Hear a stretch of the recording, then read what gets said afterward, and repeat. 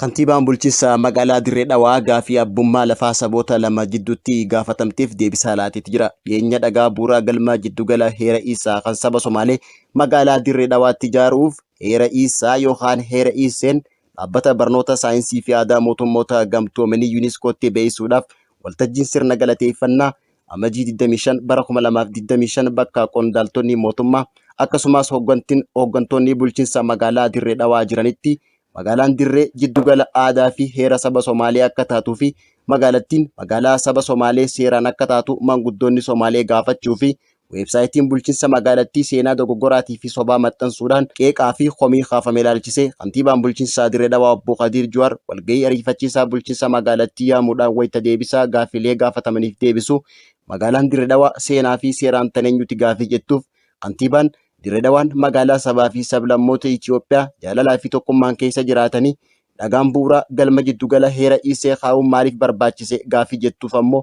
akkuma jiddugalli galma abbaa gadaa ijaaramuuf lafa kennine obboleeyyan keenyi Somaaleen jiddugala heera Iisaa akka ijaarrataniif lafa kaaree 150 kennine jechuudhaanis deebiseeti jira.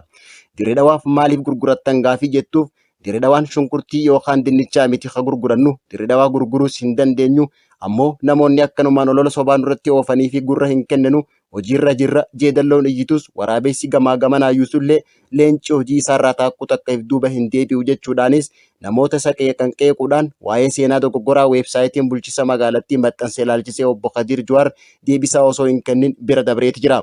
Magaalaan Dirree Dhawaa cinaacha ilmaan afuran qalloo taatee odoo jirtu magaalattii keessatti iddoo jiddugala aadaa fi heera saba Somaaleetii fi galma ijaaruun akkasumas heerri aadaa saba Somaalee yuuniskootti beeksisuudhaaf magaalaan Dirree Dhawaa maaliif filatamte maal akeeka gaafii jettuuf hayyuu seenaatii fi barsiisaan seenaa abbaan malkaa yookaan Naasir Kaliil barreeffama gabaabaadhaan hoggaa ibsu akkas jechuudhaan barreesseeti jira.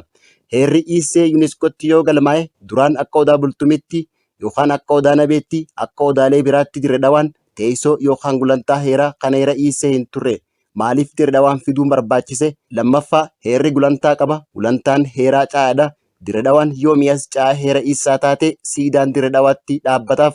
Sadeessa kana hunda bira dabranii barreeffama seenaa dharaa kan Dirree Dhawaan onaa furan qalloo dachii Oromoo ta'urraa baasuu barreessanii siidaa mallatteessanii raggaasisuu caalaa maaltu hafe?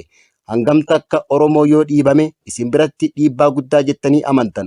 Siidaan itti gaafatamaan paartii badhaadhinaa Dirree Dhawaa, pireezidaantiin naannoo Somaalee, itti aanaan paartii badhaadhinaa federaalaatii fi itti aanaan ministeera muummee Itoophiyaa fi kantiibaan magaalaa Dirree Dhawaa ta'anii siidaa seenaa dharaa san qopheessanii hoggaa eebbisan kun waan itti yaadamee godhamee miti. Hawwata turizimiitiif jecha godhame jechuudhaan uummata ija hidhuuf tattaafachuun maaliif laata? Yuuniskoon heera Iisee akka taatuuf seenaa addunyaatti yoo galmeessan siidaa dhaabanii seenaa Dirree Dhawaa irratti barreessuu maaltu fide? Dhimmi kun dhimma Oromoo fi Oromiyaati malee waan namni tokko yookaan murni wayii qofti ilaallatu miti jechuudhaan katabeeti jira.